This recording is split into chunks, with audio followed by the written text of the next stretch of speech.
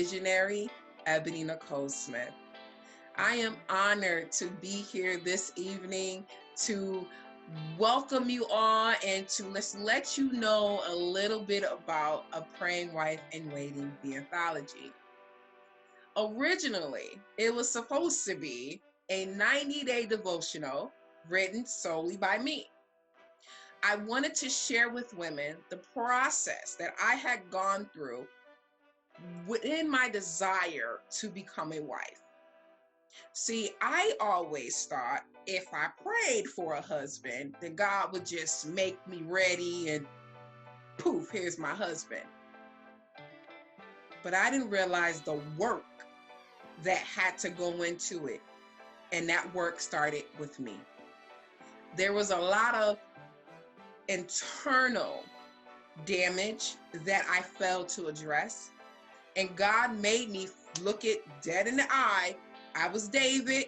My internal damage was Goliath, and I had to run towards it with my slingshot, with my 5 smooth stones, with my armor of God on, coming in the name of hosts, of the Lord of hosts, towards my internal damage. And that damage was emotional things that I had hidden away long ago. And I felt as long as I ignored them, they didn't matter. But they did. And through patience, time, grace and mercy, and instruction, God put me on this path.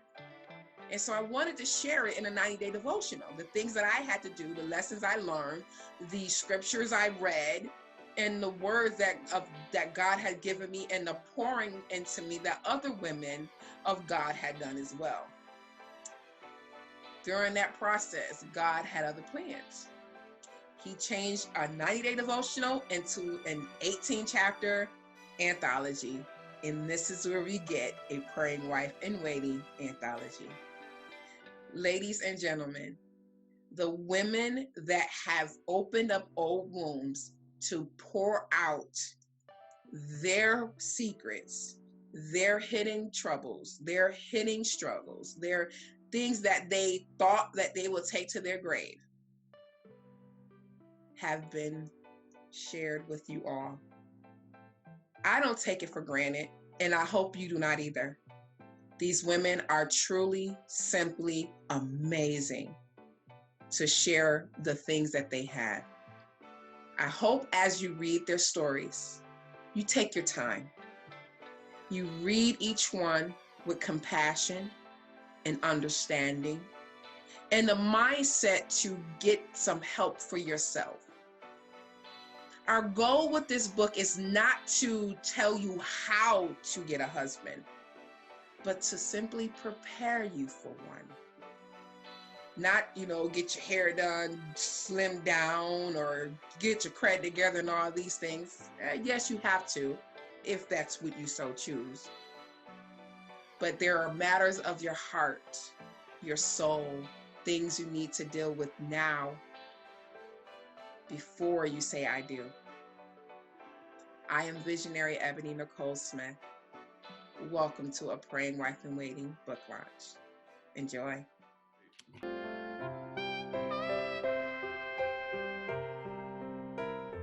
What is one lesson that you learned as a single woman that other women should learn? Go first. That it's okay to wait on God. Woo, Shandu. Yeah. All right, wait on them. Yeah. Wait on them. Wait, I say. Yeah. Wait on God. Yeah. That does not always feel good, but guaranteed that pillow will not give you the heartache that somebody else can. Oh. Come on. I would say to work on yourself.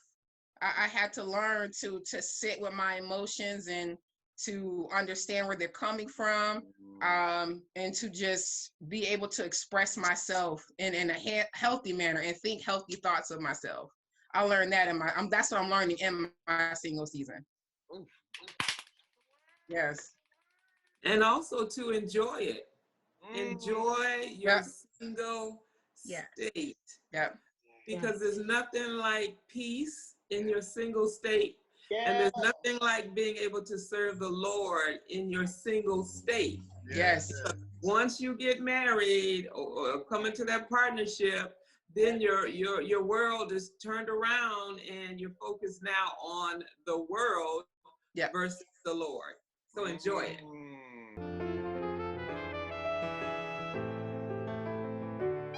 Our last question tonight is: I want to know what's your hopes or your hopes for the future around marriage. What do you hope to happen? Do you want to get married? Do you want to continue to just keep praying? I'll wait for Boaz. What's going on? Talk to me. Listen, I'm down in Hinesville, Georgia. This is a military town. Military. Okay. I'm expecting God to move. I'm actually afraid of moving forward because in my previous relationship, I was so in love. I'm one of those women that fall and I fall hard. Yeah. Like I could be with the ugliest man in the world and the most gorgeous man in the world can walk in the room and I won't see that gorgeous man because I'm so in love with my man. Yeah. And I turned that man into my God. And I didn't realize it because I knew of Christ back then. I didn't really know him. So I'm in this relationship and I'm giving wife everything to somebody that was barely making me his girlfriend. And God said, okay, well, if you want to make him your God, I got to honor your will. Let me step back and let him be your God. And he drugged me through every ring of hell, like all of them. So now my prayer is, God, please don't let me love anybody more than I love you. Because I love that guy so much that if God told me to do something and the guy disagreed, I would have been like, but if I do that, I might lose him. It was that serious. And so now that I've grown past that, and I got to thank him because if it wasn't for him, I wouldn't be close to God right now. So I'm kind of glad for the mud dragon that went on. But the next relationship for me is so scary because I don't want to love that hard. I don't want to love any man more than I love God.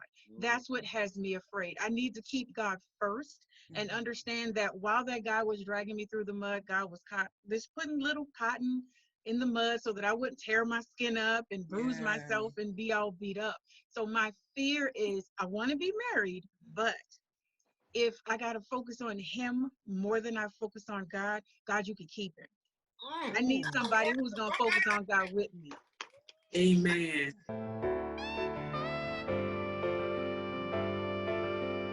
Excited. What is one lesson you've learned as a married woman that you wish you had learned as a single woman? Ooh, that is good. You want to go first, Shanique? I will. So one lesson that I learned as a married woman is the true meaning of being selfless. That's a word. Yes. I was very selfish as a single person, and that spilled over into marriage. So I had to learn in marriage the real meaning of to be selfless and what that means. The true definition of it has nothing to do with control, but selflessness is necessary to have a healthy and effective marriage. Well, that's good.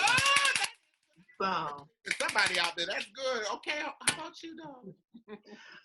For me, I think what I learned in marriage, which I wish I would have known before I got married, is to trust yourself. Because, before, like in the marriage, I know that, I trust myself. I trust who I am in my marriage.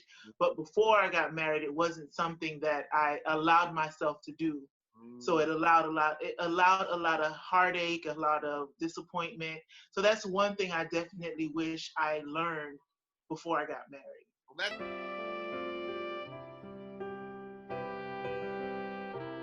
Our next question is: how did your faith play a part in writing for your husband to find you? Waiting for your husband to find you. Excuse me. Who wants to go first? Well, I would say my faith played an important role because it was at a point in my life where I was tired of playing hooky. I was tired of going to the club and coming home lonely. Come on now. So I was tired in a lot of those things. So I kind of like reverted to God. I'm like, okay, God, this is it. Yeah. I'm gonna close shop. I'm gonna give my all to you, not half to you, and then half to, you know, Tom, Peter, Paul. So I decided to just completely give in and just give him my all. And I allowed myself to fast for 40 days. I allowed myself to just be alone, just me and God. And I think my faith played an important role because it allowed my husband to come knocking at my door. I didn't go knock on his door. I was home. I got a phone call saying they wanted me to meet somebody, and that's how we met. It wasn't like I was at the club. All of the places I thought I would have found a husband wasn't. So I think my faith led me there.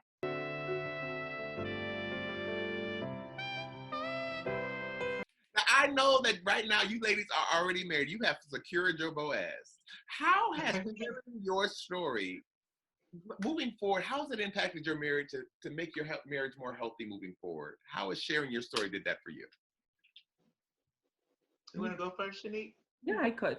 So for me, sharing my story, it allowed me to see really how far our marriage has come. And one chapter doesn't give really the whole story, not even, there's still more, but even in that chapter, it shows where we were and the growth that we've attained together since that particular time. So that's one of the main things. And looking and saying, okay, we're in a different season now. Every season has its storms, but as we look back and we made it through that, then that's hope and confidence to know that we'll make it through this season because we have the evidence of that last season.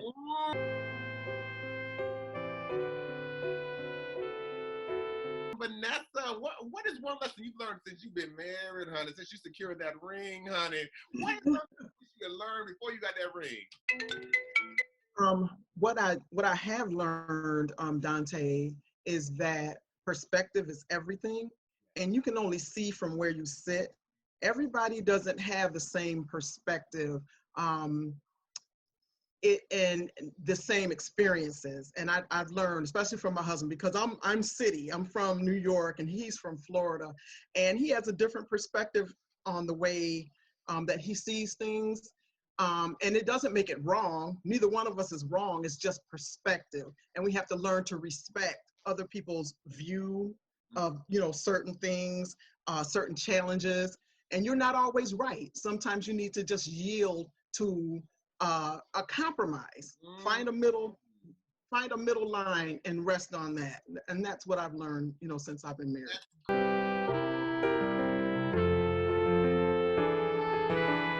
Simply, what is something that you would go back and tell your single self? What is some advice you would give your single self here before you got married, before you got into the space where you are now? What is some advice you would give your younger self?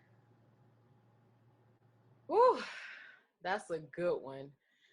I think the advice that I would give to my younger self or my secret self would be to make you a priority.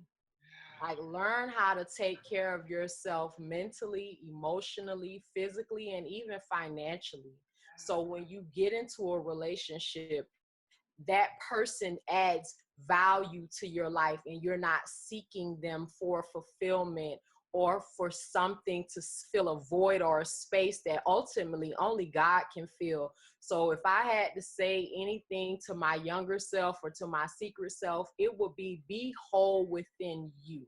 Yeah.